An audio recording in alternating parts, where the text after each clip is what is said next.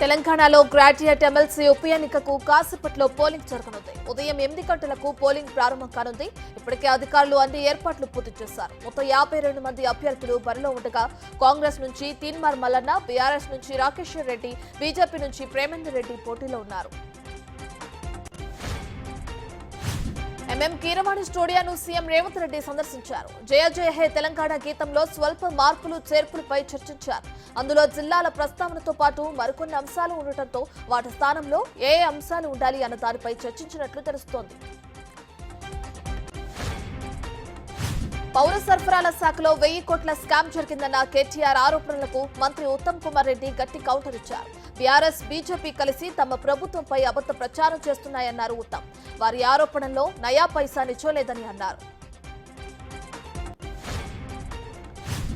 Nelli brothers పై కేసుల పర్వం కొనసాగుతోంది. తాజాగా మంగళగిరి పిఎస్ లో 0 ఎఫ్ఐఆర్ నమోదు చేశారు. తనను కులం పేరుతో దూషించడంతో పాటు తన కుటుంబ సభ్యులను చంపేస్తానని బెదిరించారని బాధితుడు మాణిక్యం ఫిర్యాదు చేశారు.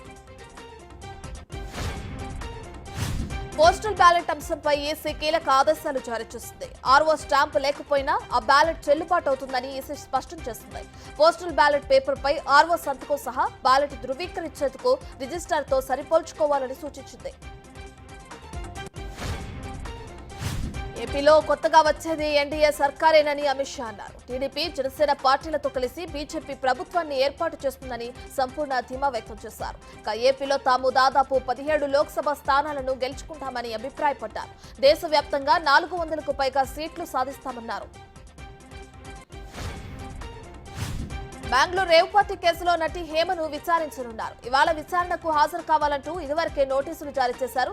మరి హేమ విచారణకు హాజరవుతారా లేదా అన్నది చర్చనీయాంశంగా మారింది.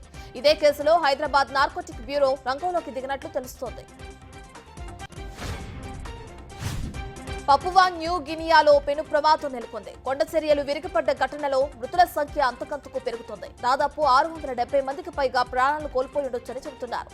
ఈ ప్రమాదం తెల్లవారుజామున జరగడంతో భారీగా ప్రాణ నష్టం వాటిల్లింది.